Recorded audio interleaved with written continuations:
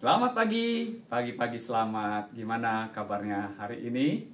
Sebelum kita memulai aktivitas pagi ini, mari kita minta pimpinan Tuhan dengan berdoa dan membaca firman Tuhan. Mari kita berdoa. Bapa kami yang di dalam surga, terima kasih untuk hari yang Kau beri. Pimpin kami pada saat kami membaca bagian daripada firman Tuhan, dan juga mencoba mengerti bagian firman Tuhan ini untuk kami lakukan. Di dalam satu nama Yesus kami berdoa. Amin. Bacaan terambil daripada kitab Kejadian, pasal yang ke-27, ayat yang ke-18 sampai dengan 29.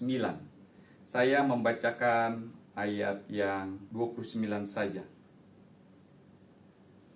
Demikian firman Tuhan. Bangsa-bangsa akan takluk kepadamu, dan suku-suku bangsa akan sujud kepadamu. Jadilah tuan atas saudara-saudaramu, dan anak-anak ibumu akan sujud kepadamu. Siapa mengutuk engkau, terkutuklah ia. Dan siapa yang memberkati engkau, diberkatilah ia.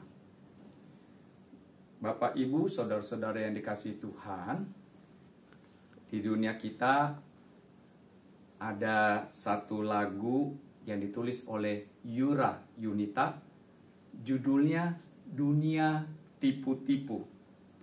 Jadi di dunia tipu-tipu menjadi tempat kita bertumpu. Ada yang baik, ada yang jahat, ada yang hitam, putih, bahkan abu-abu. Tetapi diminta kita warnanya tetap putih. Lalu referennya dikatakan janji. Janji tak akan kemana-mana. Berpegang pada janji Tuhan.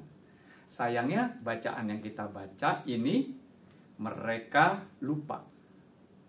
Terutama Ishak pada waktu dia menyadari istrinya hamil Ribka itu dan mengalami kesulitan, tetapi sudah diberitahukan bahwa ada anak yang kembar, lalu yang sulung akan menjadi hamba daripada yang bungsu. Di dalam kandungan bertolak-tolakan. Singkat cerita, di dalam kehidupan daripada Ishak, dia lebih memperhatikan Esau, si sulung. Tetapi Ribka lebih menyayangi anaknya yang bungsu, yaitu Yakub. Kalau kita baca sebelum-sebelumnya, Yakub sangat ingin dia menjadi orang yang terberkati, bahkan dia ingin menjadi anak yang sulung, bahkan dia menipu dengan cara merampas hak kesulungan daripada Esau. Tapi di situ ditulis juga, Esau menganggap hal yang tidak penting hak kesulungan itu. Sampai suatu ketika Ishak sudah merasa tua dan dia ingin Esau mendapatkan berkat. Dan itu didengar oleh Ribka. Maka Ribka bilang, ini adalah hari yang tepat bagi kamu Yakub. Kamu akan merampas hak kesulungan dan kamu akan menjadi berkat. Walaupun Yakub takut karena dia bilang, saya ini beda dengan Esau. Saya ini diam di rumah. Yakub bilang berkata begitu. Sedangkan Esau dia suka berburu dan ayahnya sangat suka hewan buruan. Lalu ibunya meyakinkan, saya yang akan mengolahnya bagi kamu. Lalu bagaimana? Saya kan tidak berbulu. Lalu Esau itu berbulu. Lalu direkayasalah. Ya, kulit domba ditempelkan di tangan, di lengan semuanya agar bisa. Nah, pada saat Yakub menghadap daripada Ishak ayahnya, pasti saya yakin ada kegentaran. Apalagi waktu ditanya, siapakah engkau? Lalu dia harusnya bilang, Yakub. Tapi dia menipu ayahnya. Lalu dia katakan, dia adalah Esau. Lalu ayahnya bertanya lagi, benarkah engkau itu? Lalu Yakub yang berpura-pura jadi Esau, dia bilang iya. Lalu pas waktu datang menghampiri, dan disitulah ada satu timbul pertanyaan daripada Ishak. Karena dia tahu, dia mengenal kedua anaknya. Dari suara, ini suara Yakub. Tetapi kalau tangan, ini tangannya Esau. Ya, lalu dia bertanya sekali lagi. Oh Bapak Ibu, saudara-saudara, kok kita ditanya, ya lalu kita berbohong, lalu ditanya lagi.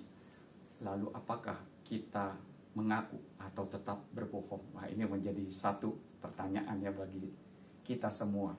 Kalau kita betul-betul di hadapan Tuhan dengan jujur, pasti harusnya kita bilang, minta maaf, saya bukan Esau, tapi saya Yakub. Tapi ini tidak dilakukan oleh Yakub.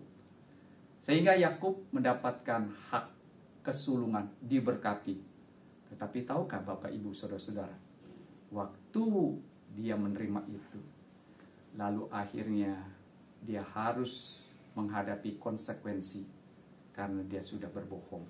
Dia harus terpisah oleh ibunya yang mengasihi, terpisah oleh ayahnya Ishak. Bahkan dia takut menghadapi ancaman pembunuhan daripada Esau kakaknya. Bagaimana dengan saya dan Bapak Ibu dan saudara-saudara menghadapi dunia yang tipu-tipu ini? Apakah kita pernah merasa ditipu dan kita sakit bukan? Atau justru tanpa sadar kita menipu orang lain? Tetapi kita diingatkan bahwa keturunan Yakub, yaitu Yesus Kristus, tidak ada tipu daripadanya. Bahkan Allah Bapa mengakui, inilah anakku yang kukasihi, kepadanya lah aku berkenan. Bapak Ibu, saudara-saudara yang dikasihi Tuhan, kita memperoleh kasih karunia dengan Tuhan Yesus yang mau mati bagi kita, menanggung segala salah, pelanggaran dan dosa kita. Mari kita seperti daripada doa bahwa kita akan menjadi berkat. Kalau kita sudah menerima berkat yang terbesar, yaitu menerima Yesus sebagai Tuhan dan Juru Selamat, maka kita juga harusnya menjadi saluran berkat. Maukah Bapak, Ibu, saudara-saudara menjadi saluran berkat? Mari kita berdoa. Bapa kami yang di dalam surga, biarlah firman-Mu memenuhi hati dan pikiran kami. Dan biarlah kami mau mempraktekkannya di dalam kehidupan kami sehari demi sehari. Bahkan hari ini saja, biarlah Tuhan yang sudah menjadi berkat bagi kami, maka kami mau menyalurkan berkat, yaitu Yesus Tuhan dan Juru Selamat kami yang hidup. Amin. Selamat pagi, selamat beraktivitas. Tuhan Yesus memberkati.